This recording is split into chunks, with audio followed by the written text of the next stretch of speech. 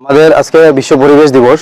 আজকে বিশ্ব পরিবেশ দিবস উপলক্ষে ভারতবর্ষের মাননীয় প্রধানমন্ত্রী নরেন্দ্র মোদীজির আহ্বানে এক পেয়ার মাকে নামের যে উদ্দেশ্য, সেই উদ্দেশ্যটাকে বাস্তবায়িত করার লক্ষ্যে তিলতুই পিএসসিতে আমরা তিলতুইর এমওআইসি সহ যারা এমওরা আছেন বা তিলতুইর হসপিটালে যারা স্টাফ আছেন, আমার শ্রদ্ধেয় কাকু অসীম কুমার নাথ সহযোগে আমাদের ধর্মনগরের রেঞ্জার সাহেব এবং আমাদের পঞ্চায়েত সমিতির মেম্বার অমিত কুমার নাথ সহযোগে আমরা সবাই মিলে এই তিলতুই হসপিটালটাকে সুন্দর করার লক্ষ্যে এখানে কিছু ঔষধি এবং আমরা কিছু ফলের গাছ লাগিয়েছি এবং সামনে কিছু হসপিটালটাকে সুন্দর করার জন্য পাতাবাহারের আমরা কিছু গাছ লাগিয়েছি, যেমন দেবদারু। আগামী কিছু দিনের মধ্যে আমরা সেখানে আবার পাম গাছও লাগাবো।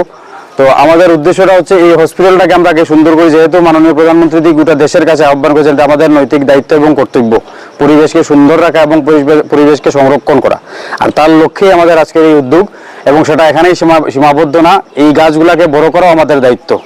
এই উপলক্ষে আমাদের আজকের এইখানে বৃক্ষরোপণ অনুষ্ঠান অনুষ্ঠিত হয়েছে এবং আগামী দিনেও সেখানে হবে।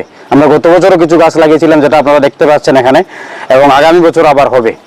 এবং এই গাছগুলোকে সংরক্ষণের দায়িত্ব এই হসপিটাল কর্তৃপক্ষ নিয়েছে এবং তারাই এই গাছগুলোকে সংরক্ষণ করবে, যাতে পরিবেশটাকে সুন্দর করে তুলতে পারি আমরা।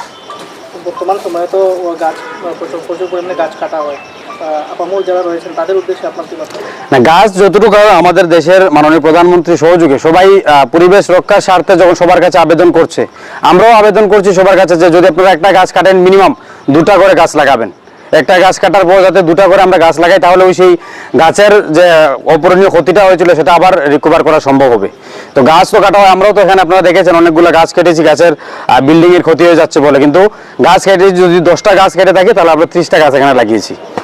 এটাই হচ্ছে প্রকৃতির নিয়ম, অর্থাৎ প্রকৃতিকে সবসময় যাতে আমরা স্বয়ংসম্পূর্ণ রাখতে পারি। প্রশান্ত দেবনাথ, মেম্বার অফ জেলা পরিষদ এবং তিলতুই জেস কমিটির চেয়ারম্যান।